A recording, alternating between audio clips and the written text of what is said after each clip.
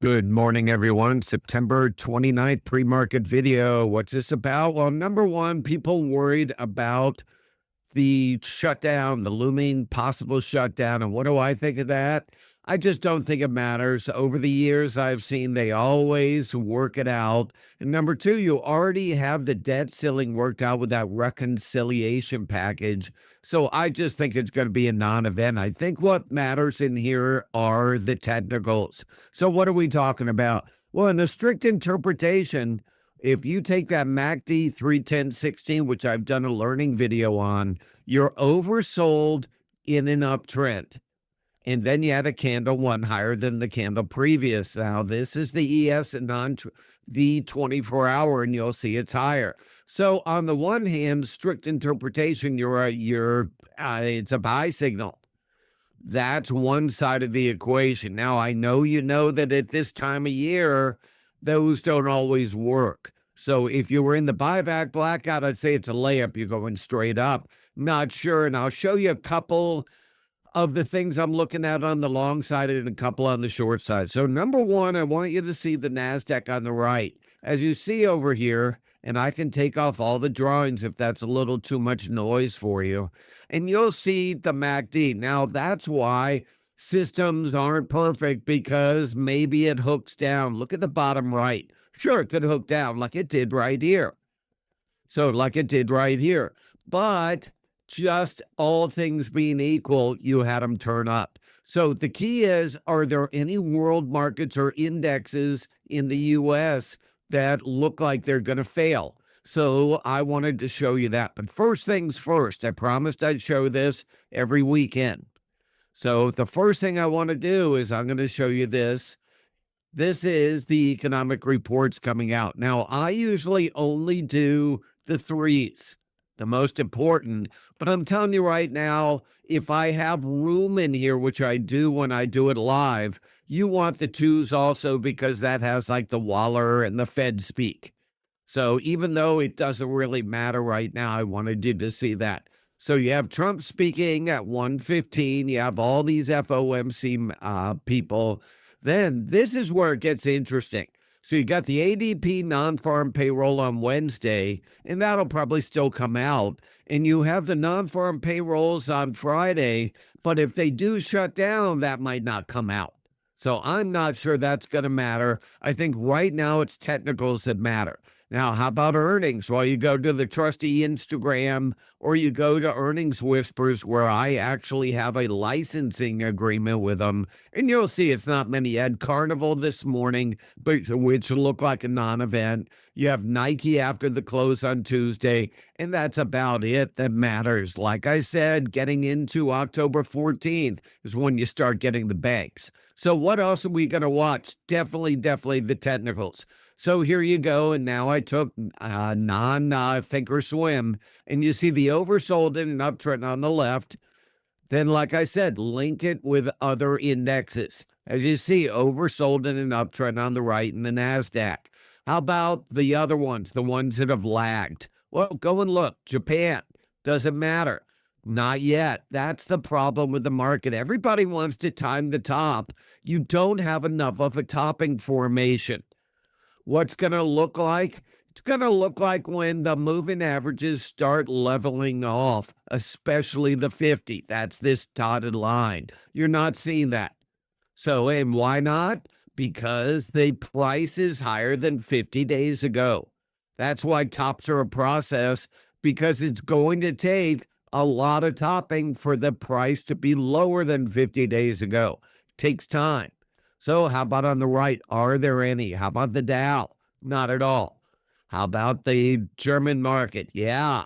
So that one is turning, but is it enough? I call it the point of no return, where it goes down so much, everybody has to listen. Reason I showed the German market led on the upside, and when this was way down here. So just keep in mind that when this was here at the end of April, on the right, this was already an all-time high. So it does lead. It usually leads by a couple of months. This has been going on for years, that these correlate pretty well. This isn't down enough to matter yet. That's the problem with everything. Everybody thinks that it's this or that. You don't have enough serious divergences yet. Now, if that's down there, sure. Just like when it was at an all-time high and on the left, it was down here, sure, that mattered. It just doesn't matter yet.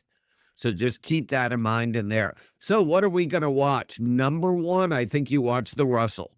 So you watch the Russell over here. I'll take off the drawings, and you see it's oversold, as you see on the bottom right, bottom left. But you don't have anything that tells you anything yet about divergences. If I see that fail, then it's more likely, let's say, the ES and the NASDAQ fail. But you don't have that yet. So just keep that in mind. What we start in Monday morning is usually the overall market perspective. You don't have enough divergences to matter. Now, you might say, well, how about the bond market? Well, today, one of the Fed people came out and said inflation's still a problem. The bond should be up because maybe they'll get more vigilant about inflation. On the other hand, the equities are already assuming a lot of cuts. But as you see on the left, doesn't look bad. So it's oversold in an uptrend, is trying to turn up, but it's still, we'll see. In the long run, the bonds are in a long-term bear market. Like I said, this is what's going to matter. Not now, not the little wiggles, not even a 2-point rally. It's if this breaks and the 30-year goes to 6%. I think that's going to be a big deal. But in the meantime, it's okay. So what do you do in here today? Number one, I've talked about this. I don't mind the idea of playing GNRC to the downside. Why? That's the whole thing with the hurricane stocks. I warned you on Friday, and I can link this over here so you can see it on both things, that the stock would probably close on the high because it looked like Charleston was going to get hit by a hurricane. Well, the hurricane did this, and then a right angle, right near the coast. So they're out of danger. So you're going to see in here that this on the left went straight up on Friday. On the right, you can see it on a 15-minute chart. Holy cow, 162.5 to 169. So I'm looking to fade Generac on the opening. How about everything else? Well, go and take the Amazon. Amazon looked like a defined down uptrend up here, and then it broke that. I'm looking to fade this in that 227 level, right in this resistance, or do things slightly under the market. So how about the wild ones, the OKLOs? Well, it's not oversold yet. I'm not touching the OKLOs. How about the IONQ? The IONQ, not yet. Now, do I think these could test old highs? Sure, they could. We're still in a go-go market. But I would have liked to see them oversold like you see the ES. So what's in the ES that could be oversold? How about IBM? Wow, that's already overcooked. How about 8? And what do I mean by overcooked? So it's too far from the 9, and the MACD is way overbought. That doesn't mean to short it. It just means that's not in my wheelhouse. How about the Googles? You're going to see that Google is oversold right at the 9. Yeah, like I told you, the 9 is a big deal. Not that it has to go to the 9. In a strongly trending market, it vacillates near the 9.